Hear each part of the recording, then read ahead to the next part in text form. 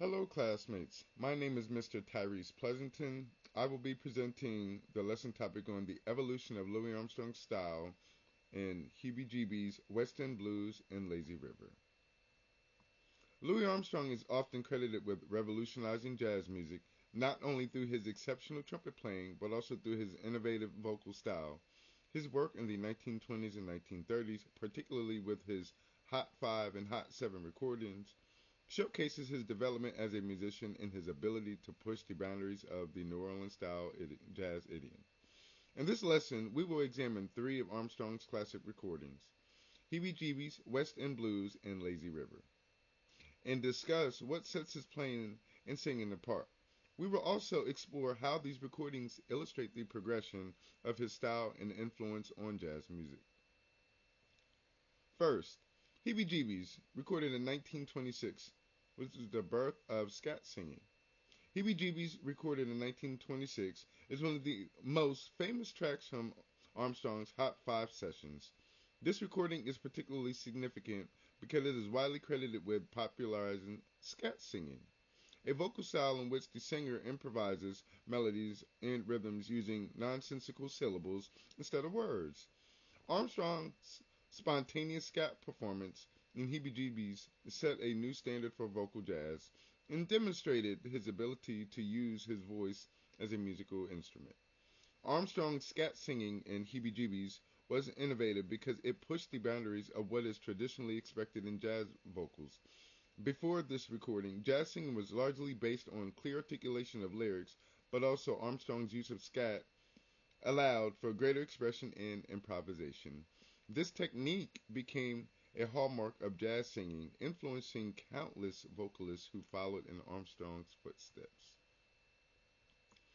West End Blues, recorded in 1928, is a masterpiece of musical expression. West End Blues, recorded in 1928, is perhaps one of Louis Armstrong's most celebrated recordings. The opening cadenza, with its complex series of arpeggios and syncopated rhythms, is a defining moment in jazz history. This recording exemplifies Armstrong's virtuosic trumpet playing and his ability to convey deep emotion through his music. What sets West End Blues apart is not just Armstrong's technical abilities, but also his innovative use of space and timing. The piece features perfectly placed pauses and a sense of phrasing that feels almost conversational.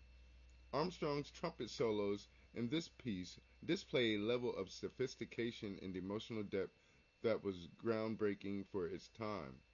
Armstrong's vocal performance in West End Blues also deserves attention, which I truly believe is very true. His singing here is smooth and controlled, with a sense of relaxation that contrasts with the intensity of his trumpet playing. This balance between vocal and instrumental expression showcases Armstrong's versatility as an artist. Lazy River, recorded in 1931, a blend of innovation and tradition. Lazy River, recorded in 1931, is another classic example of Armstrong's unique style. By this time, Armstrong has fully developed his approach to both playing and singing. The recording features his distinctive vocal phrasing, characterized by a laid-back, almost conversational delivery that complements the song's relaxed tempo. In Lazy River, Armstrong continues to push the boundaries of jazz by blending elements of the New Orleans tradition with more modern influences. His trumpet playing is as expressive as ever, with a warm tone and fluid lines that flow effortlessly over the rhythm section. Armstrong's ability to infuse the melody with subtle variations and improvisations makes this recording a standout. So here's a progression of Armstrong's style from ensemble playing to solo stardom. When we compare these recordings to an early piece like Dippermouth Blues, which was recorded in 1923, we can sense a clear progression in Armstrong's style. Dippermouth Blues, recorded with King Oliver's Creole Jazz Band, is a prime example of the New Orleans jazz tradition where the emphasis is on perfectly blended ensemble playing. In this piece, Armstrong plays as a part of a group with less focus on individual solos. As Armstrong's career progressed, however, he became emerged as a solo star. His recordings with the Hot 5 and Hot 7 showcases his growing confidence and individuality as a musician. By the time he recorded Potato Head Blues in 1927, Armstrong was fully embracing the role of a soloist, with extended trumpet solos that highlighted his technical skill and creative improvisation. In terms of vocal style, Armstrong also showed significant development.